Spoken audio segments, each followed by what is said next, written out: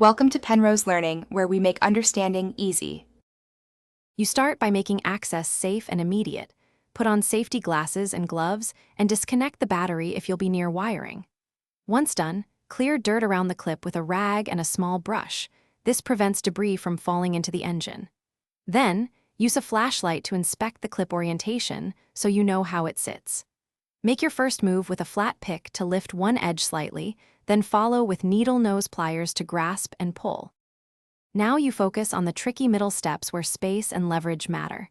You may need to remove a small bracket or unclip a connector to get a straight line to the clip. Doing that gives you leverage.